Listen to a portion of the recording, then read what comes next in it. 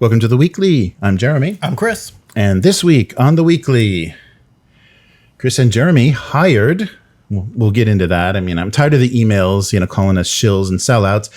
Galactic and Going Rogue, which is something Matt may have been looking for, but I'm not sure. We'll see. Okay. Defying the Gods. And is it Defying God? I think it's, Defying the Gods. That's right. It's a pantheon. Defying the Gods and White Wolf is back. I'm curious about all these titles. Okay. Yeah, good. Huh? Yes, I piqued your interest. So yes, there's been a lot of talk about Chris and Jeremy being hired by Darrington Press. And we've gotten constant emails telling us we're sellouts. I can't believe it. So I want to just set the record straight and tell everyone we're not leaving the Weekly. We're going to keep doing the podcast, and it is some other Chris and Jeremy, some minor figures in the hobby. Why did I not see that coming? A couple of nobodies. I don't know what they've done that have been hired by Darrington Press. You're talking about us with those nobodies, right? Oh, right. Oh, that's right. No, wait. I got that backwards. Yeah, you got to flip it around. Yeah. All right. Yes. So the the perpetrators of D&D 5e have been hired by Critical Role's Darrington Press. So yeah, Chris Perkins and Jeremy Crawford. So we talked about one of them retiring. Then we talked about the other one retiring, and now we're talking about. Did they actually say retire? Or did okay. Yeah, they're leaving. Yeah, they retiring as in leaving from WotC, or retiring? As from the retiring hobby? From the hobby. Yeah, because they talk about that in some of this interview. Is like they were making retirement plans, and then they got an offer that they couldn't refuse, and they could work together again. So yeah, Critical Role's team now includes Marisha Ray, Ashley Johnson, Chris Perkins, Liam O'Brien, Jeremy Crawford, Travis Willingham, Matt Mercer, Telesin Jaffe, and Laura Bailey. Look at all that. Still can't believe I didn't put together that it was that Chris and Jeremy. Anyway. Yep. Yeah, so the expansion of Critical Role, and it looks like they're going all in. Yeah, so the plans, there are plans. I mean, they've already done the Amazon streaming series. There's already an animated series, and they're doing, Madison Square Garden. Comics. Yeah. So cartoons, comics, video games, and now, of course, tabletop games. And I think this news had a lot of people confused. And the first question they asked is, "Oh my God, what's this going to do to Daggerheart?" And Daggerheart's finished. It's released. They're not going to remake Daggerheart in the image of Perkins and Crawford, but they are going to do other games. And it seems like that's their game plan, is just to release more games, do something, passion projects, things they've always wanted to do interesting things to either fill holes or replace things that they see as out of date or need changes. Okay. So some quotes from interviews. So Perkins was saying, so I was committed to staying with Wizards until after D&D's 50th anniversary, which gave me lots of time to work on succession plans and exit strategies. What brought me out of retirement was the chance to work with Jeremy and the brilliant folks at Critical Role on things that have a lasting positive impact on the world. Chris and I talked about our retirement plans for years. So approaching departure was long on my mind.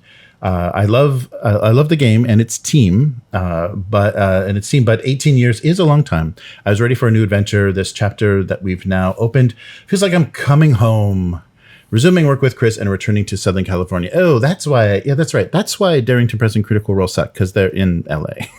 As a former member, you're allowed to say that's why they suck, and that's why it's all voice actors too. Yeah.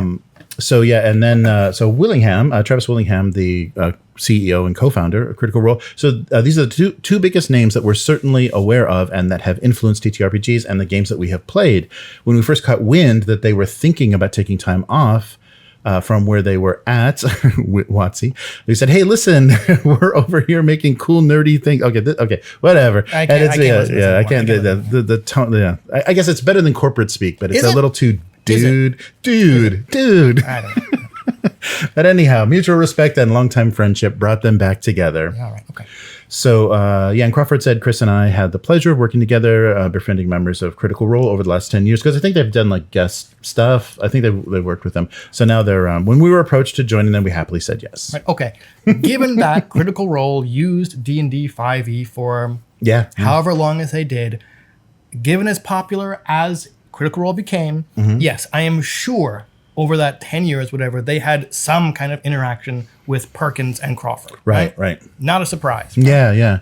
And I think some other things that I've read is they're like, oh, now, and they even kind of said that, like, coming home, like they're throwing off the corporate shackles, and now they're really gonna, this is gonna be the golden age of their, game design and everything. No, they have been, almost 2 decades under this corporate. They are corporate tools now. They are not going to be able. And you said tool, not me.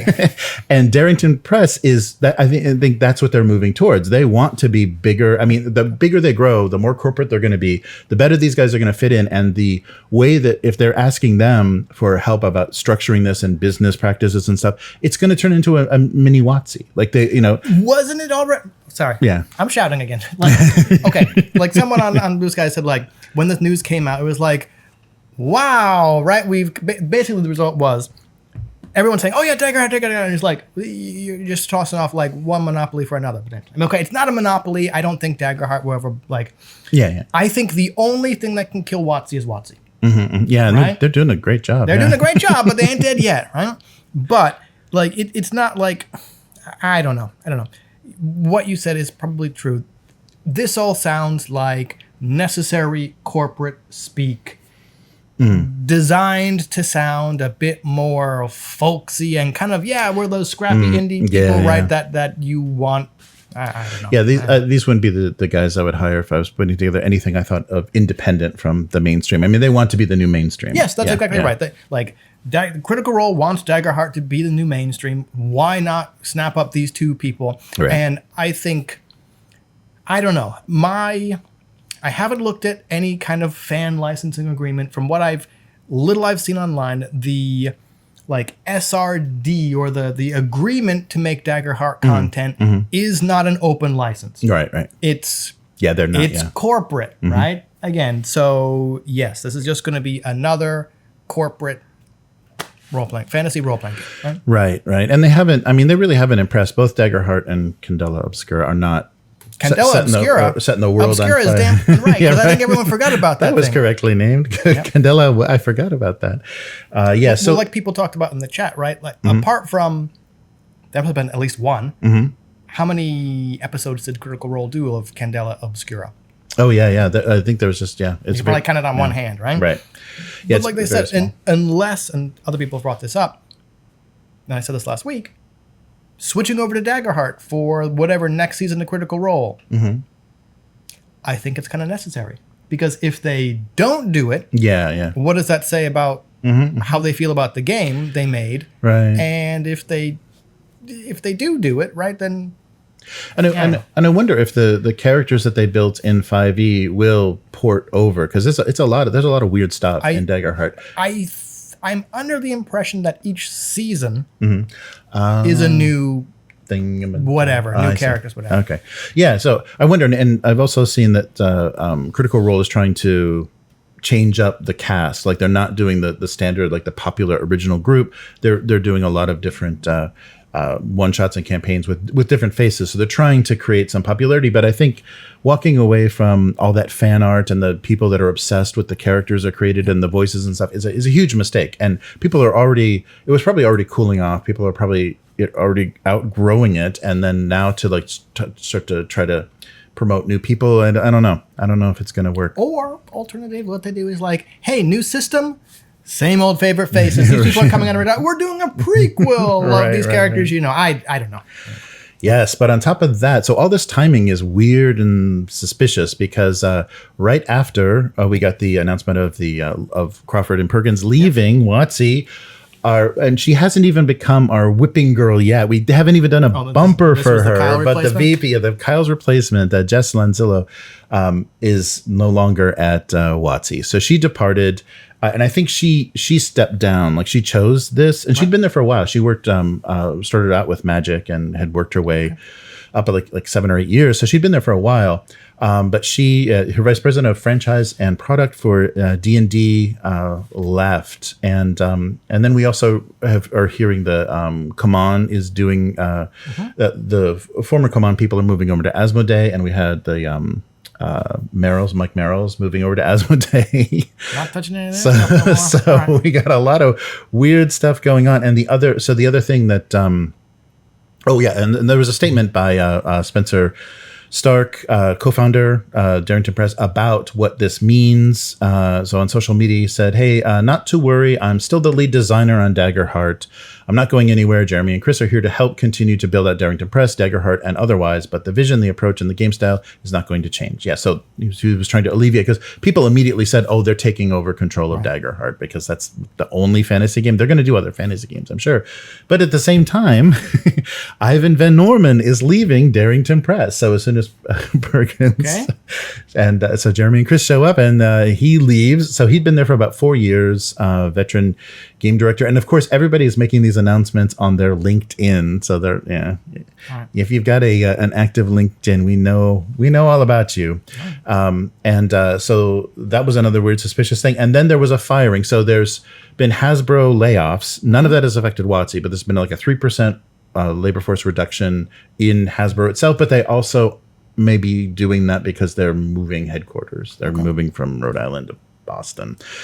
And Todd Kenreck, the senior content marketing strategist, was let go. So he didn't step down. He was just let go.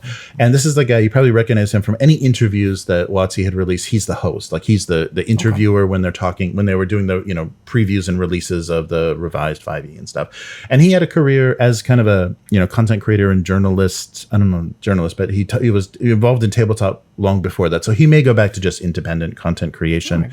And hopefully that will serve him well. But it was it's been kind of weird. There's a lot of reshuffling going on, and we don't know if it's like these things are affecting each other, or there's just not enough room. Speculation. Yeah, there's not enough room for. My speculation is that, and maybe I said this last week, is that Hasbro is pulling a Games Workshop where they don't want any recognizable faces or personalities in their company. They want to open it a book. Everything's written by WotC staff, so that if and when people do jump ship, they don't take that following with them. And I would pay money, not a lot because I'm poor, but I would pay money to know whether like Perkins and Crawford were subtly pushed out because they were personalities with them, right? Yeah, and I'm not saying they are or were or were not, but I would really like to know.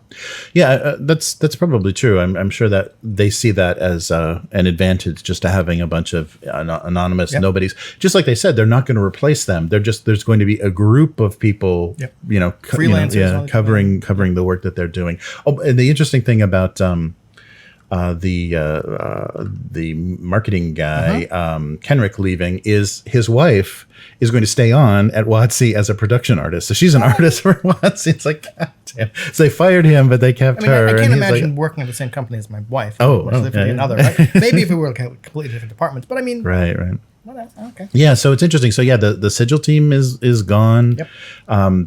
They've really cleaned house. So we'll see what's next. I mean, are they really going to hang on to 5e for another 10 years and just like, we've stripped out the names. This is the game. This is the new D&D. Just play it.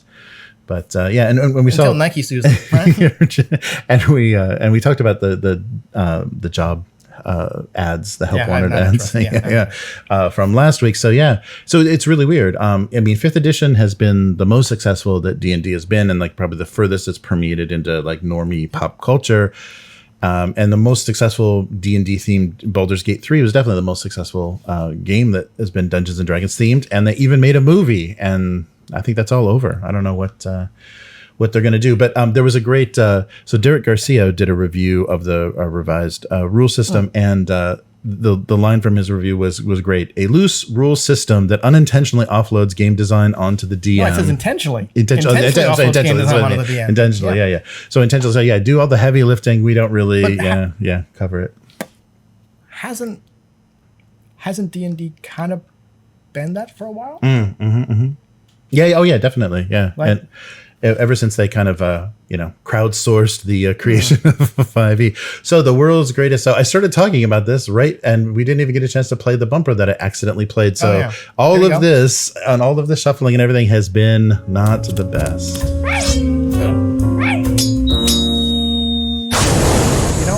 Not the best. I actually want to play whatever game that is. Yes, that looks fun. That looks fun. Yes. So the fate of the world's greatest role-playing game. What will it be? continue to limp on. Yeah, right. They're just gonna and try to fit in some microtransactions. So anyhow, let's take a look at a couple of things that are on crowdfunding. So this kind of jumped out, and we've been talking a bit about this. Like, how would you play Andor? Okay. What system would you use? How would you play Andor? That would be a real satisfying no Jedi version of Star Wars.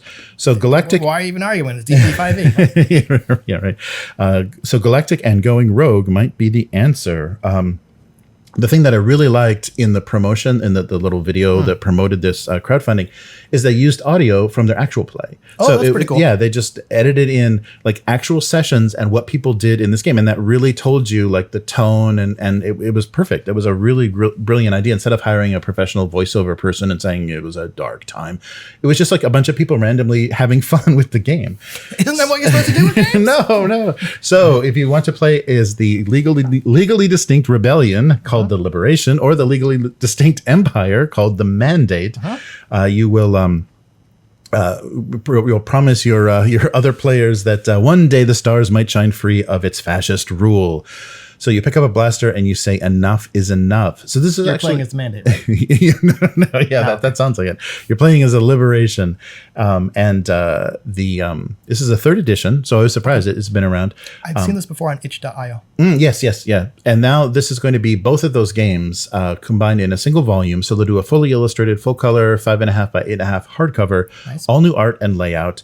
So basically, Rogue One and Andor inspired. Going Rogue is the so Galactic is their kind of Star Wars, and then the Going Rogue is the Andor kind of variant of that. So whoever you are, the Liberation has a place for you, and so do we. So there's beating heart at the center of the galaxy. You are the brave who hear it. As members of the Liberation, you have dedicated your lives to war against the Mandate. On the dream that one day the stars might shine free of its fascist rule, your rebels, soldiers, spies, and criminals, and perhaps someone who simply picked up a blaster and said enough is enough. Whoever you are, the Liberation has a place for you. A no GM required system. Okay. And it's also, so it's 2 to 6 players, and they use the pillars from the Galactic system will power the Going Rogue. The legally distinct force in this game is called the Space Between, the mystical energy that binds the galaxy together. And there's also, the scum and villainy aspect of it. So lots of betrayal and. I was expecting the legally distinct force to be called something like power. right. Anyway. Yes. So Going Rogue, cynicism, hope, and making the ultimate sacrifice. So Going Rogue was a winner of the Crit Awards for the 2023 Best GM-less Game of the Year. Okay. And there's 11 playbooks across 2 games. So playbooks means PBTA. Not necessarily. Is it variant? Not necessarily. It is? No, I can't speak on the system because I don't know what it is. I'm just saying playbook doesn't necessarily mean powered by the apocalypse. It means you probably have some kind of like template. Like the was saying. No, but I think it is PBTA. I was excited. I was excited by it. And I thought, hey, I'll show this to Matt. But then it's like, I don't know. Yeah, I don't know. Yeah. It doesn't. It says GM list. GM list. Yeah, it might still work with someone playing. You can guide. Yeah, you can probably guide it. Yeah, that's true. That's so. Yeah, it looks very interesting. You could import characters if you've been playing Galactic. You can import them into Going Rogue. So yes, you will. Oh, and for this Kickstarter, they're producing things like metal tokens, a deck of cards, 6-sided dice. Yeah, so 2 6-sided dice. That sounds very PBTA. No, keep reading. I saw something down there that clarifies it. The 10 playmats. Oh, what was that? Oh, yeah, it says. Oh, that's right. That's right. The belonging outside belonging system. That's right. So Avery Elder's belonging outside belonging is what it is. Which means you're going to be using tokens. I see. Right? I've read it. I haven't played it. Mm-hmm. Belonging outside belonging. Yes, you do have kind of a powered by the apocalypse style playbook where there are things specific to your character, and it's acquiring and spending tokens. Basically, if I remember correctly, you acquire a token from like a central pool when you do something fairly minor, but in keeping with your character. And it's different for every playbook. Then you spend a token to do something much more, I don't want to say impactful, but kind of more risky, right? So the central kind of play thing is, okay, I'm going to do all these things that act like my character that maybe don't really benefit me all that much, but are keeping in kind of the narrative. Then I'm going to spend these tokens to actually kind of like overcome risk or do things that sort of have a much bigger impact on the story. Like that's the central kind of play thing. Oh, sorry. And Avery Elder was a co-designer. So Benjamin Rosenbaum was also. So this is for their game Dream Askew, Dream Apart. And also, I guess it powers Wanderhome as well. I don't know. Cool. Yeah. But yeah, so playbooks, a collection of unique aesthetics, relationships, and backstories and moves for your characters. You'll have character flaws, strong moves that highlight their strengths, and lateral moves. So and the game also includes the pillars. So pillars represent an important aspect of the game's setting. So in the all new Going Rogue and Galactic innovation, pillars will have their own tokens. And I think basically that what they talk about with the Going Rogue is like Rogue One, you're sacrificing yourself. Okay. So you know the ending. You know your character is going to not at the end of the campaign or at the end of the session is going to be gone. But this is they're giving their life for this greater cause. So the playbooks in the game: the Ace, the Nova, the Defector, the Diplomat, the Scoundrel, the Mechanic. That covers kind of everything we saw. Within Andor, and then also the Spy, the Leveraged, the Knight Errant, the Convert, and the Loyal have been added. So you've got the all your liberation guys, and they also have a unique fate system. So pulling every game from Going Rogue towards its inevitable end. So that's what they're calling it. Yeah. So this inevitable end is your fate, your character's fate. So you're shepherding your character towards their tragic sacrifice. Mm-hmm. I'm going to guess what pillars are in this one, because in Dream Askew, it's GM list or GM full, depending on how you want to define it. Because in addition to your character, there are elements of the setting that kind of have their own moves, and everyone is in charge of one of them, right?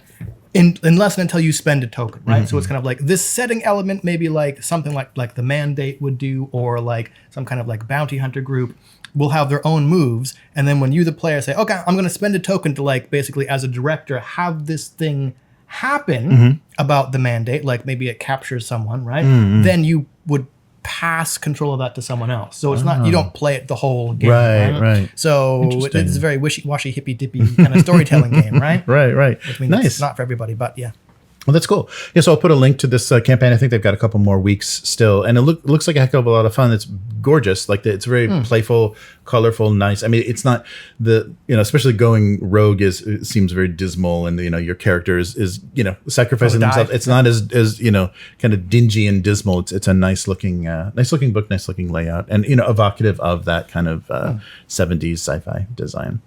All right, and another thing on crowdfunding was Defy the Gods. So the queering of sword and sorcery.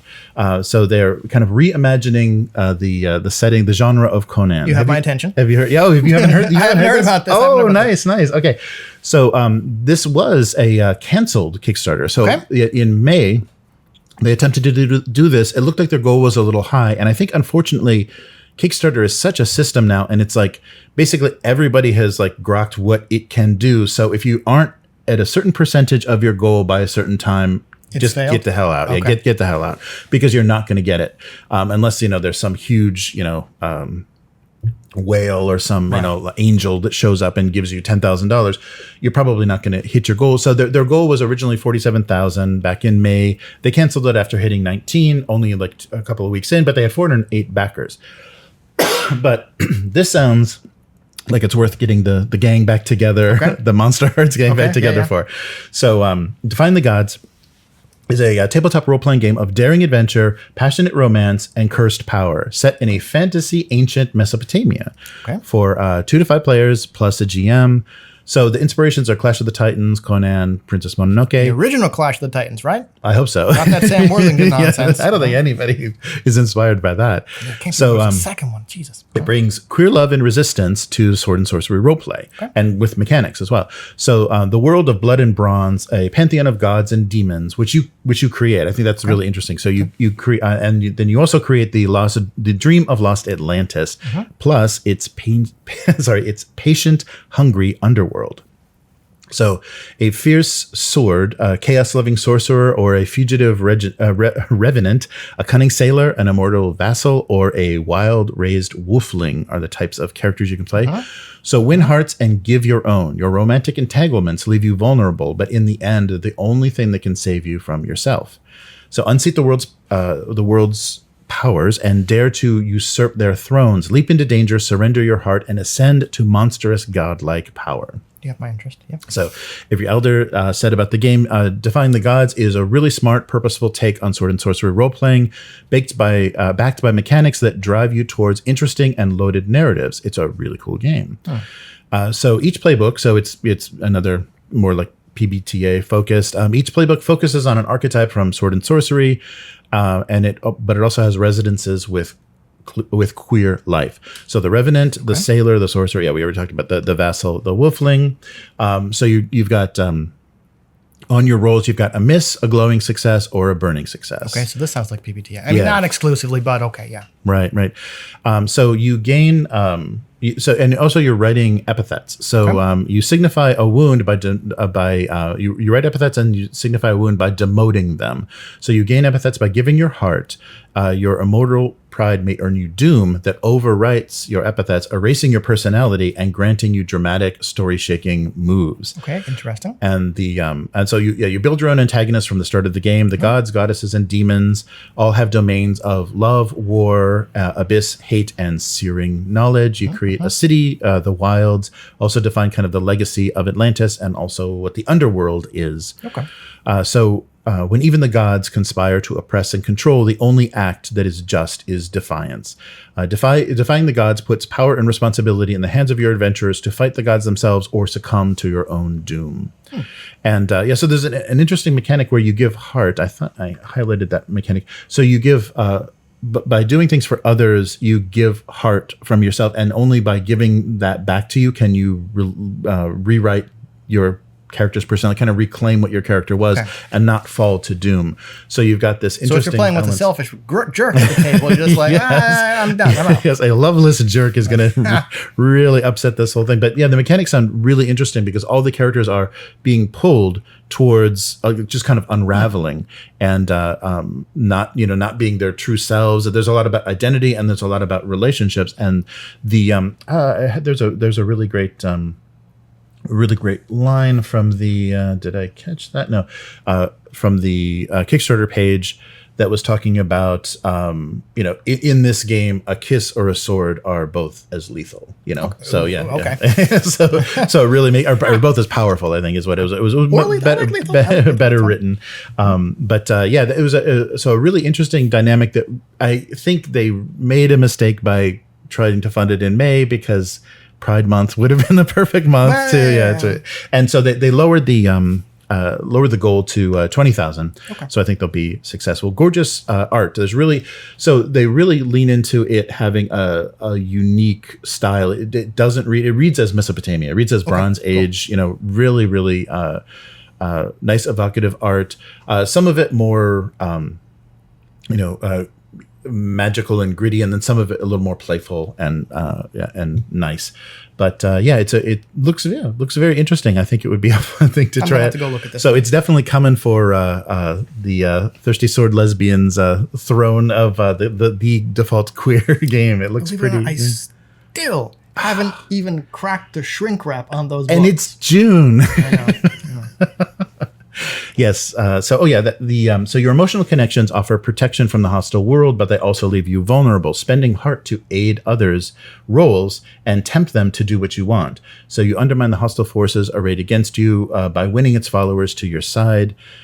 In Defy the Gods, a kiss cuts deeper than a blade. Okay. So it's got a lot of the social aspect, and unlike most PBTA games, you can roll too high. When you do this, your fire stat often blazes high. Yeah, so that burning success is like, that's a little too successful. A little too successful, right?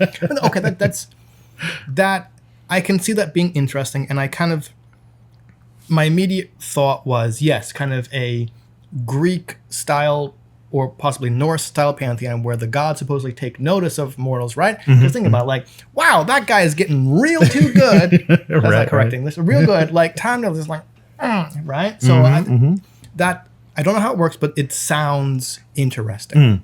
Yeah, and there's a quick start on itch.io for it if you want to take a look at the how it plays in the system itself. But it was really refreshing, and I was when I did the search for it and saw canceled, like no. So this was on Rascal News, and I just searched for it, and I first came across the canceled Kickstarter. Like but they're back, and with maybe a better strategy, and just it's the timing too. Yeah. I mean, it's just they may have been up against something or just not maybe noticed. this word of mouth will help. Yeah. But looks really fun. I like the I like how they. Okay. So what I'm hearing is back this, make plans to get the gang back together when it arrives. Yes. Okay. Let's do that. We'll get a big old Zoom call going.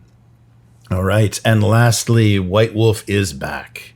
So there was an interview again on Rascal with Jason Carl about the new White Wolf and getting it right this time. Like, trying to avoid some of the really weird stuff that they got into. So, yes, the new White Wolf, it's kind of just a renaming. They will be the official licensing and publishing entity for World of Darkness. Okay. And this is in cooperation with Paradox Interactive. So they're going to co-publish the video game, the Bloodlines 2 video game, as well as the tabletop development. So that's all going to move in-house. So rebranding themselves to White Wolf instead of World of Darkness, the official licensing they'll control everything. I guess they're trying to put it all under one brand again. So a new era for White Wolf. So what happened? Why do we have to reestablish? Well, 7 years ago, White Wolf ignominiously shuttered as a brand. So it was the writers folded ongoing human rights violations into the game's narrative. Yeah, I remember that. And as Charlie Hall from Polygon wrote, leadership changes are underway after the studio used imprisonment, torture, and murder of the certain vampire clan's LGBTQ community as the backdrop for a major plot point in that game.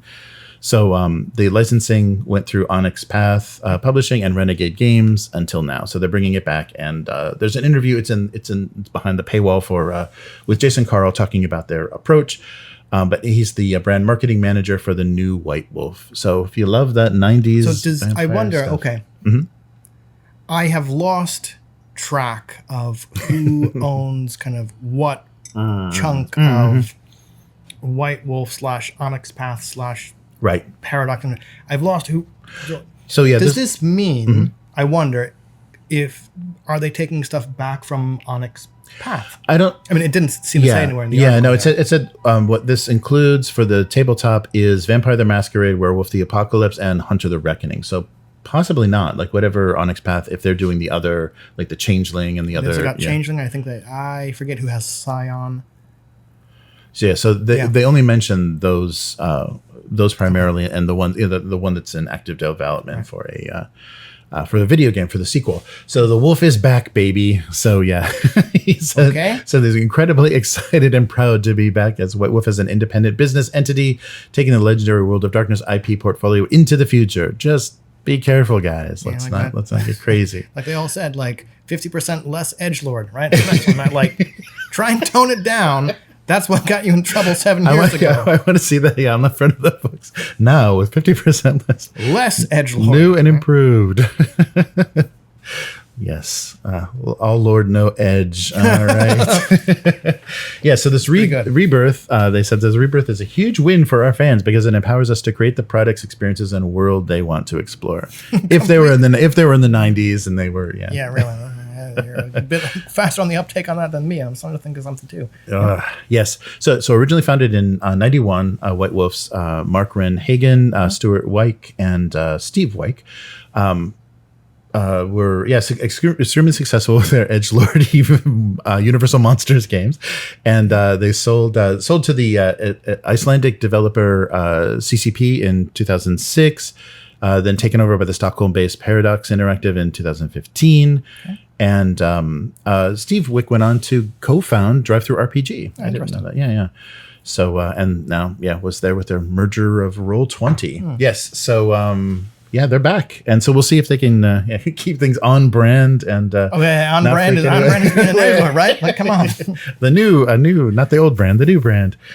Yeah. So I was surprised to see it. So this announcement came at the end of last month, but I didn't see until this interview came out. It didn't seem like there was people saying much about it. So if you want to read, head over to Rascal News if you want to read the full details of kind of what they're planning. If you want to get back into it. All right. I'm trying to think real hard of what to do with all edge, no lord. No, all lord, no edge, right? Yeah, something's got to happen with that. Yes. All right. So that'll do it for this week. Yeah. So where can people find you? Blue Sky and Instagram. That's Hivemind, HYVEMYND, where I'm not really doing anything all that interesting currently. Right, apart from arguing that. No. If you're interested, it's on. Head Blue on Sky, over. Right? Yeah, head on over to Blue Sky. Right. All right. Yeah. Nice. And I still have yet to do a live stream for the cartoon. Yeah, it was supposed to be this week, but yeah, there's a lot of driving involved. So Abuse Cartoons on YouTube and Twitch will happen next week. And I'll do a live stream and draw my single panel gag cartoon, Domestic Abuse. You can read that, the archive of it, 20 years of it on Go Comics. GoComics.com/domestic abuse. And if you like what we're doing here on the weekly, consider becoming a weekling. The strongest of all supporters. You can do that at patreon.com/upturntable. You can also join on the become a member on the YouTube, and you'll get the same benefits except for the RSS feed. Google hasn't figured that out, although they have threatened now that they're going to use that new AI, Google AI, in YouTube. So YouTube Shorts are going to be all AI coming late this summer. Anyhow, sorry for the bad news, but upturntable.com. I just released a lore video to kind of prep you for our Dragonbane campaign that's coming up. So it gives you the setting of the Misty Vale, why it's named the Misty Vale, and where we're a lot of mist. it is. And so about this time tomorrow, we will be playing Dragonbane again. Oh, nice. We're going to stick with the pre-gen characters from that quick start because the players really inhabited them. They became, connected to them, and they worked really well. So it's like, let's not start from zero. Let's just keep going because we already played the first adventure site in this campaign. So we'll continue from there. So it's going to kind of be a seamless narrative from the first few sessions we've played. So take a look at that on the channel, and that's both Twitch and YouTube or Upturn Table, and all social media. So thanks for joining us. We'll be back again next week. Later, mortals. Goodbye.